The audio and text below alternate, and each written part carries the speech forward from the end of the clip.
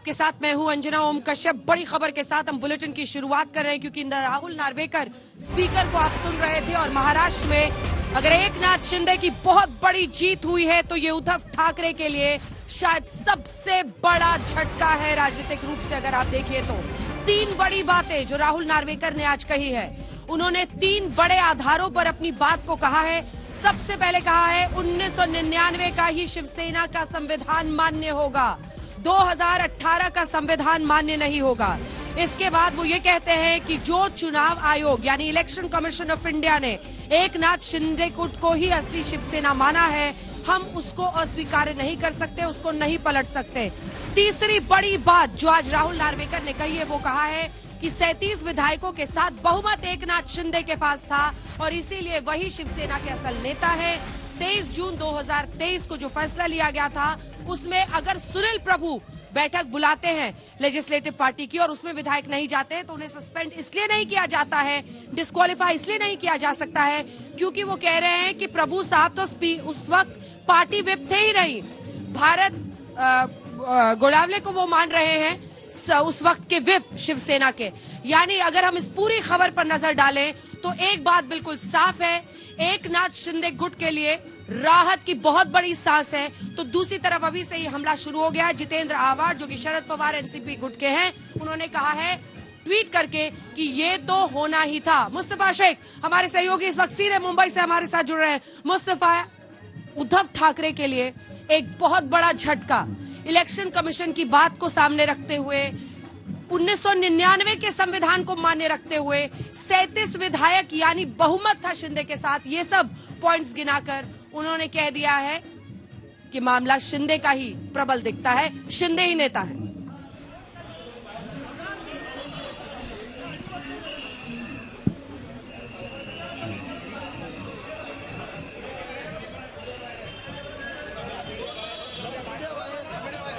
एक बार फिर से चलने की कोशिश करेंगे, वहां पर आप देख रहे हैं इस वक्त। देखिए बड़ी खबर, इसको आपको इस तरीके से भी समझना होगा कि एक वो वक्त था, ये बाला साहब ठाकरे की शिवसेना है। शिवसेना में जब उद्धव ठाकरे से बगावत करके एकनाथ शिंदे 37 विधायकों के साथ अपनी उद्धव ठाकरे की सरकार, जो गठजोड़ की सरकार थी उस वक्त, उसमें एक बड़ी फूट शिवसेना में ही डाल देते हैं, तो उन्होंने पूरी जो पार्टी थी उसके एक तरह से पूरे कॉन्स्टिट्यूशन को ही तितर बितर कर दिया। उद्धव ठाकरे ने कहा ये बगावत है। उद्धव ठाकरे के बेटे आदित्य ठाकरे ने भी ये कहा, जो कि मंत्री भी थे उस वक्त सरकार में, कि एकनाथ शिंदे गद्दार हैं। लेकिन अगर राहुल नार्वेकर मौजूदा स्पीकर की तमाम बातों को आप सुने तो सबसे पहले तो उन्होंने यही माना है कि 1999 की जो संविधान था शिवसेना का, उन्होंने कहा है वो माना जाएगा, 2018 का नहीं। दूसरी बड़ी बात वो कहते हैं कि चुनाव आयोग ने एकनाथ शिंदे गुट को ही असल शिवसेना माना है, तो मैं उससे पलट के अलग बात नहीं कर सकता। तीसरी बड़ी बात उन्होंने यही कही है कि विप कौन है, विप सुनील प्रभु या फिर भारत गोलावले, जो कि हम आपको बता दें कि एकनाथ शिंदे गुट के नेता थे। ऐसे में जो पूरी तस्वीर अब उभर कर आ रही है उसमें बड़ी जीत होती हुई दिखाई दे रही है। अगर एक तरफ एकनाथ शिंदे के लिए तो उतना बड़ा ही झटका ये दूसरी पार्टी के लिए दिख रहा है, यानी भारत गोलावले को ही विप माना जाएगा शिवसेना का। ये डिस्क्वालिफिकेशन के मुद्दे पर, यानी जो विधायकों की डिस्क्वालिफिकेशन की बात की थी उद्धव ठाकरे ने, इस पर उन्होंने कहा है कि आप डिस्क्वालीफाई नहीं कर सकते हैं, क्योंकि अगर लेजिस्लेटिव पार्टी की विधायक दल की बैठक में वो नहीं गए तो उन्होंने किसी जो मान्य विप है वो मान्य विप भरत गोगावले का होगा, वो मान्य विप सुरेश प्रभु का नहीं होगा, सुनील प्रभु का, जिसको आप विप मान रहे हैं, जो कि उद्धव ठाकरे के साथ है। ऐसे में बड़ी तस्वीर को समझिए, ये बहुत बड़ा झटका है। अगर आज डिस्क्वालीफाई यानी अमान्य हो जाते विधायकों पर बड़ी मुसीबत आती और इसी के साथ साथ एकनाथ शिंदे की सरकार गिर सकती थी, उन्हें इस्तीफा देना पड़ सकता था। लेकिन अब सरकार जस की तस रहेगी। उन तमाम आरोपों के बीच जो उद्धव ठाकरे का गुट लगातार लगा रहा था कि एकनाथ शिंदे क्यों मिले स्पीकर राहुल नार्वेकर से, कुछ अंदर ही अंदर चल रहा है, हमें पता है साजिश के तहत ये सब कुछ किया जा रहा है। मुस्तफा शेख हमारे सहयोगी इस वक्त हमारे साथ जुड़ रहे हैं। मुस्तफा, बड़ी खबर यही है कि उद्धव ठाकरे आज एक बार फिर से मायूसी का सामना कर रहे हैं, बड़ा झटका है। वहीं एकनाथ शिंदे के लिए, मौजूदा महाराष्ट्र सरकार के लिए एक बड़ी जीत, डिस्क्वालीफाई भी नहीं होंगे शिंदे गुट के एमएलए। जी बिल्कुल, आप कह सकते हैं कि एक और झटका उद्धव ठाकरे के लिए, क्योंकि ये फैसले से बहुत आस लगाए हुए उद्धव ठाकरे बैठे थे और उनको उम्मीद थी कि यहाँ से एकनाथ शिंदे डिस्क्वालीफाई होंगे और वो गवर्नमेंट जो एकनाथ शिंदे की गिरेगी, लेकिन ऐसा अभी होता नहीं दिख रहा है। और यहाँ पर आप कह सकते हैं कि जो फैसला दिया गया है उस फैसले में ये नजर आ रहा है कि political party, original political party Eknath Shinde की है। ये महाराष्ट्र असेंबली स्पीकर ने भी मान लिया है। उसके साथ साथ जितने भी विप इशू किए गए थे एकनाथ शिंदे और उनके सेक्शन के एमएलए को, जिसके बुनियाद पर डिस्क्वालिफिकेशन हो सकता है, वो विप या तो उन्हें मिले नहीं है या फिर उसमें किसी तरीके की दिक्कत है, ऐसा राहुल नार्वेकर ने कहा है। अटेंडेंस शीट की बात आई कि मीटिंग बुलाई गई थी शिवसेना की तरफ से, उसमें एकनाथ शिंदे उनके एमएलए शामिल नहीं हुए, वो अटेंडेंस शीट भी फोल्ड है और उसमें किसी तरह की टेक्निकल खराबी, ऐसा राहुल नार्वेकर ने कहा। तो कुल मिलाकर अभी तक जितने भी पहलुओं पर राहुल नार्वेकर ने फैसला दिया है वो सारे पहलू जो है वो एकनाथ शिंदे के फेवर में है। फिर चाहे वो आप शिवसेना के 1999 के कॉन्स्टिट्यूशन की बात करें तो 2018 में जो अमेंडमेंट हुआ है कॉन्स्टिट्यूशन में, उस अमेंडमेंट को आप कह सकते हैं कि खारिज किया है राहुल नार्वेकर ने और 99 का जो कॉन्स्टिट्यूशन है उसे ही सही माना है। रोके थे या पैर बांधे थे? आपको 2022 में याद आता है कि आपका संविधान क्या होता है? ये कुछ नहीं है, ये मौका परस्ती है, अनफॉर्चुनेट कॉम्प्रोमाइज ऑफ एथिक्स है। जिस चीज को सुप्रीम कोर्ट ने इलीगल और अनकॉन्स्टिट्यूशनल बोला था उसको वैध करने का काम हो रहा है, ये दुर्भाग्यपूर्ण है। वो आगे ये भी कह रहे थे कि यूबीटी गुट के पास कोई रिकॉर्ड नहीं है, कोई आपके पास कोई मटेरियल भी नहीं है। वही मैं कह रही हूँ, वो ये कह रहे हैं 2018 का कॉन्स्टिट्यूशन का रिकॉर्ड उनके पास नहीं है, अमेंडेड कॉन्स्टिट्यूशन का। तो मेरा इलेक्शन कमीशन से एक ही सवाल है, आप इंट्रा पार्टी डेमोक्रेसी की बात कर रहे हैं, आप भारतीय जनता पार्टी से पूछे इंट्रा पार्टी डेमोक्रेसी तो दूर की बात है, इंटर अलायंस डेमोक्रेसी है कि नहीं उनके पास। दूसरी बात आप कह रहे हैं आपके पास रिकॉर्ड नहीं था, रिकॉर्ड नहीं था तो आपने सारे एबी फॉर्म्स को मान्यता किस आधार पर दी? अगर इंट्रा पार्टी डेमोक्रेसी नहीं थी और लोगों को कुछ लोगों को जो अब गद्दारी के उस पर उतर आए हैं, उन गद्दारों ने इलेक्शन कमीशन पे जाकर क्यों नहीं कंप्लेंट दायर की? तो अब आकर कहना, तो ये कुछ सवाल, कुछ बेसिक सवाल जो होते हैं वो दिमाग में आते हैं। पर मैं फिर भी कहूंगी, ये निर्णय से जनता का जो मूड है, जो जनता देख रही है किस तरीके से नाइंसाफी हुई है, जिस तरीके से एक पार्टी को तोड़ा गया है, आप मान लो ये हो गया है कि आपके घर में चोरी होती है, आप पुलिस स्टेशन जाकर कहते हैं मेरे घर में चोरी हुई है, आप उनको ये बोल देते हैं, पुलिस ये कह देती है कि ये चोरी जो हुई है, जो चोरी का सामान है वो चोरों को बिलोंग करता है, जो ओरिजिनल ओनर है उसको नहीं। आज जो काम हुआ है वही हुआ है इलेक्शन कमीशन के निर्णय से को लेकर, और आज इलेक्शन कमीशन का ये कहना कि हमारे पास ये कोई रिकॉर्ड नहीं है 2018 के अमेंडेड कॉन्स्टिट्यूशन का। संजय राउत भी कह रहे थे कि मैच फिक्सिंग है, क्योंकि पीएम का आगामी लोकसभा चुनाव को लेकर वहां पर दौरा भी है। आप भी इसे फिक्सिंग, आप लगातार ये क्लेम भी कर रहे हैं, आप आरोपी लगा रहे हैं कि जिस तरीके, क्योंकि अपोजिशन बोल रहा है कि उन्हें कैसे पता कि वहां पर उनकी रैलियां भी होने वाली, उनकी सरकार वहां स्टेबल रहेगी, जो सिंबल का जो कॉन्फ्लिक्ट है। तो आप भी इसे समझ रहे हैं कि प्रॉपर पूरे तरीके से प्रोपेगेंडा और प्रॉपर फिक्सिंग यहाँ पर हुई है। मैं ये समझ रही हूँ कि संविधान को दरकिनार किया गया है, सुप्रीम कोर्ट के फैसले को जिसने इलीगल और अनकॉन्स्टिट्यूशनल कहा था और शेड्यूल 10 को सबसे ऊपर माना था, उस शेड्यूल 10 को दरकिनार किया गया है। तो आज स्पीकर को कह देना चाहिए सुप्रीम कोर्ट को जाकर कि शेड्यूल 10 को खत्म ही कर दें, रेस्ट इन पीस कर दें, शेड्यूल 10 की जरूरत ही नहीं है, जहां पे पार्टी लीडरशिप इज सुप्रीम। जिस एबी फॉर्म पे ये सब लड़े हैं, उस एबी फॉर्म के लीडरशिप से अब आप कह रहे हैं कि हमें आप पे की मान्यता नहीं है। तो ये सारे सवाल कुछ उठ खड़े होते हैं। तो हाँ, कहीं ना कहीं लगता है राइट फ्रॉम इतना डिले हुआ डिसीजन में 2 बार स्पीकर, जो एक ट्राइब्यूनल जज की भूमिका निभानी चाहिए थी उनको, क्योंकि एक डिस्प्यूटेड मैटर को रिजॉल्व कर रहे हैं, खुद चीफ मिनिस्टर के घर जाकर उनसे मिलते हैं, वही चीफ मिनिस्टर जिनको खुद डिस्क्वालिफिकेशन लिस्ट में है, जो इलीगल और अनकॉन्स्टिट्यूशनल उन्होंने काम किए हैं। तो कहीं ना कहीं दिखाता है कि जिनके हाथ में सत्ता उनके हाथ में डंडा। तो ये बड़ी खबर है और महाराष्ट्र में बड़ा बवाल है। आप सुन रहे थे प्रियंका चतुर्वेदी, जो कि सांसद है शिवसेना उद्धव ठाकरे गुट की। उन्होंने कहा है एक बार फिर से कि मुख्यमंत्री से स्पीकर क्यों मिल रहे थे। उन्होंने कहा है कि हमारे घर में चोरी हुई, हम थाने में जाकर रिपोर्ट लिखाते हैं, मामला उल्टा ही हो जाता है। मौका परस्ती कह रही है वो स्पीकर के इस फैसले को। लेकिन बड़ी खबर यही है कि उद्धव ठाकरे के लिए बहुत बड़ा झटका है। डिस्क्वालिफिकेशन, विधायकों को अमान्य घोषित करने के मामले में भी आप देखें, सुनील प्रभु विप नहीं माने जाएंगे, जो कि उद्धव ठाकरे गुट के थे, वहीं विप माने जाएंगे भरत गोगावले जो कि शिंदे गुट के थे। इसीलिए अगर विधायक दल की बैठक में नहीं जाते तो सुनील प्रभु का व्हिप जारी करना मान्य नहीं होगा, इसीलिए डिस्क्वालीफाई एमएलए नहीं किए जाएंगे।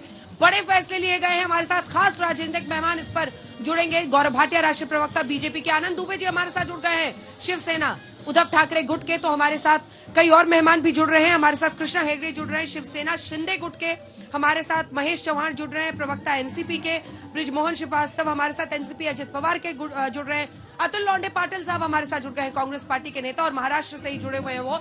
लेकिन सबसे पहले ऋत्विक आपके पास आते हुए, ऋत्विक ये एक तरह से एकनाथ शिंदे कह रहे थे कि आप नैतिकता के आधार पर फैसला दीजिए, आप इलेक्शन कमीशन ने हमें मान्यता दी है असल शिवसेना के तौर पर, और उसको आज कोर्ट भी किया है स्पीकर ने। दूसरी तरफ अगर उद्धव ठाकरे गुट की आप देखें तो वो इसे अभी भी मौका परस्ती, साजिश, गलत फैसला करार दे रहे हैं, लेकिन झटका लगा है उद्धव ठाकरे को एक बार फिर से।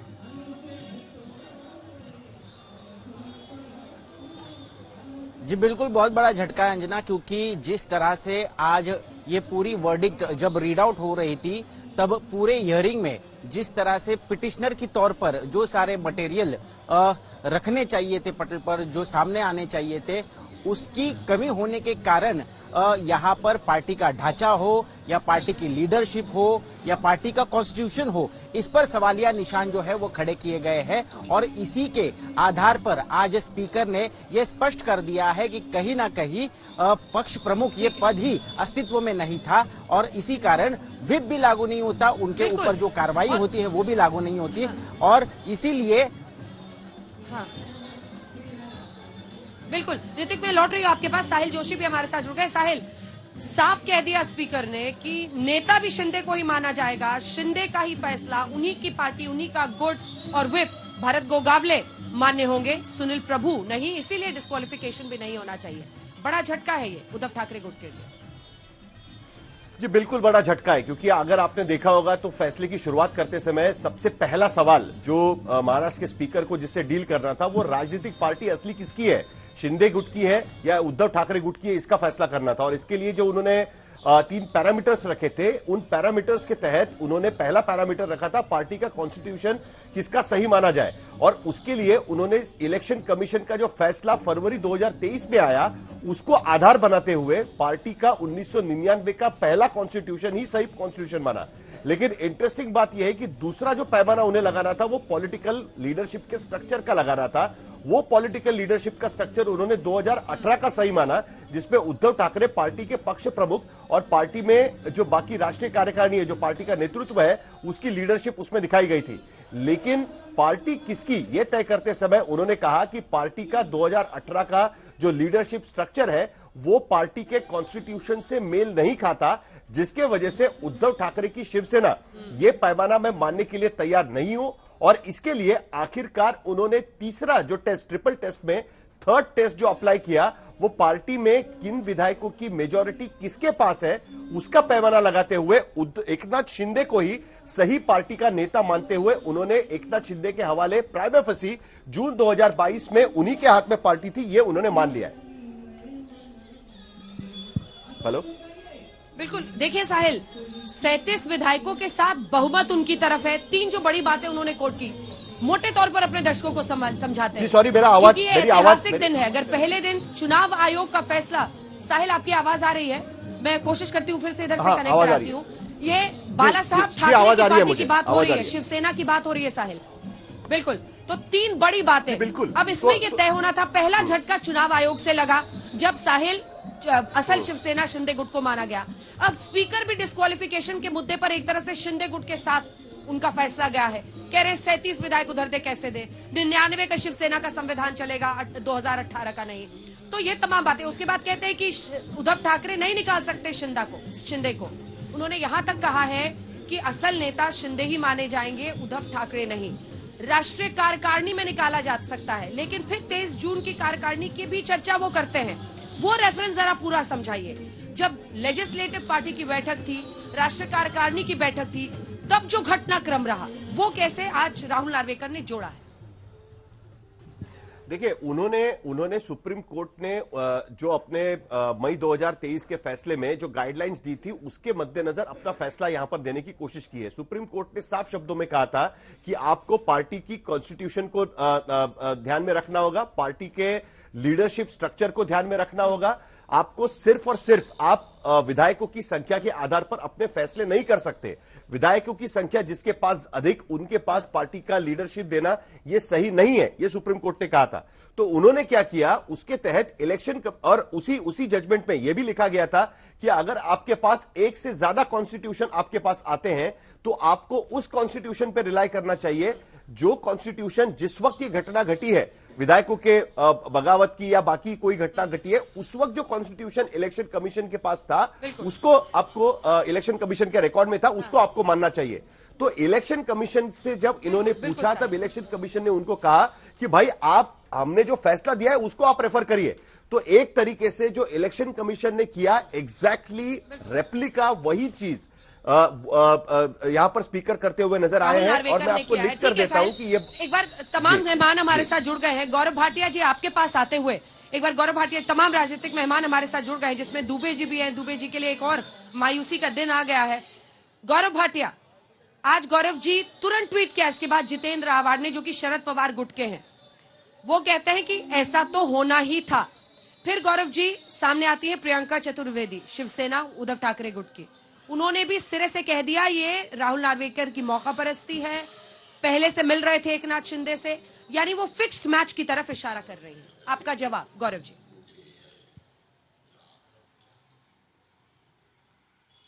अंजना जी, सर्वप्रथम तो मैं ये कहूंगा सत्यमेव जयते, संविधान की जीत हुई है। और सच बताऊं तो ये मायने नहीं रखता है कि खिसियानी बिल्ली खंबा नोचे संजय राउत क्या कहते हैं या प्रियंका चतुर्वेदी क्या कहती है। जो मायने रखता है वो भारत का संविधान है। एक, दो, सर्वोच्च न्यायालय के जो निर्देश थे जिसका पालन स्पीकर ने किया है, और तीसरा जो फैसला आया है वो फैसला ऐतिहासिक है। मैं आपको बताता हूं क्यों, कई मायने से। सबसे पहले तो विधिक तौर पे मैं आपको बता दूं, इस फैसले में बिल्कुल स्पष्ट लिखा है कि जो शिंदे जी का गुट है यही असली शिवसेना है। तो पहली बात, सरकार तो स्थिर है और आगे बढ़ रही है, साथ साथ उद्धव ठाकरे की पार्टी भी गई है। आप इस बात को समझिए, ये केवल सरकार तक सीमित फैसला नहीं है। स्पीकर ने भी वही कहा है जो इलेक्शन कमीशन ऑफ इंडिया ने इससे पहले कहा था। दूसरी बड़ी बात जो है, आप देखिए सर्वोच्च न्यायालय का फैसला, स्टेटस को एंटी नहीं करेंगे। उसके बाद इलेक्शन कमीशन ऑफ इंडिया का फैसला, जो कि संवैधानिक संस्था है, उन्होंने कहा कि एकनाथ शिंदे का जो गुट है यही शिवसेना है।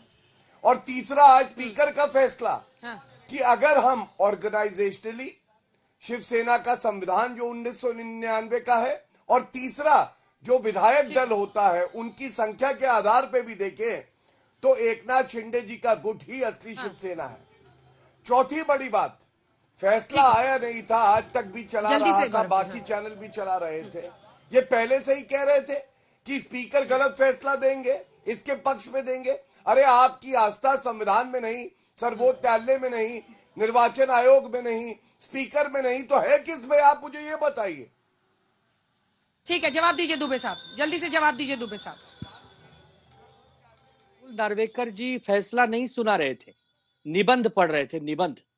और आज एक नया ज्ञान प्राप्त हुआ है हम लोगों को, देशवासियों को, कि कोई पार्टी ऐसी भी हो सकती है जिसका नेता ही न हो, नेतृत्व ही न हो, और राष्ट्रीय अध्यक्ष ही न हो, और 2019 की लोकसभा चुनाव और विधानसभा चुनाव लड़ ले। वाह, ये तो नया ज्ञान आज मिला है। अगर उद्धव ठाकरे जी पार्टी के प्रमुख ही नहीं थे तो A-B फॉर्म जो साइन करके लोगों को उम्मीदवारी दी गई, जिस सिंबल पर वो चुन कर आए, वो लोग कौन है फिर? और यदि चुनाव आयोग का ही फैसला आपको मान्य था तो 17 फरवरी 2023 को जब चुनाव आयोग ने कह दिया कि शिवसेना दुबे साहब, आपने मुस्कुराहट के साथ शुरू किया तो मेरा मन कर रहा था पूछना कि क्या गम है जिसको छिपा रहे हैं, लेकिन आप लोग हमलावर हैं। स्पीकर की भूमिका को लेकर हमलावर है। लेकिन अतुल लोंढे पाटिल साहब, माफी के साथ, और आप दोनों भी हमारे साथ, कृष्णा हेगड़े जी और महेश जी जुड़े हुए थे, क्योंकि वक्त हमें इतने की इजाजत देता है। राहुल नार्वेकर जी का जो पूरा उन्होंने फैसला सुनाया उसमें ज्यादा वक्त लग गया। आप सभी का बहुत धन्यवाद। तो बड़ी खबर यही जिसके साथ हल्ला बोल का हम अंत कर रहे हैं, जिसमें एकनाथ शिंदे की सरकार बरकरार रहेगी, उनके साथ गए हुए विधायक सस्पेंड नहीं होंगे, डिस्क्वालीफाई नहीं होंगे। तो दूसरी तरफ उद्धव ठाकरे के लिए एक और बड़ा झटका चुनाव आयोग के बाद स्पीकर के दरवाजे पर। देखते रहिए आज तक।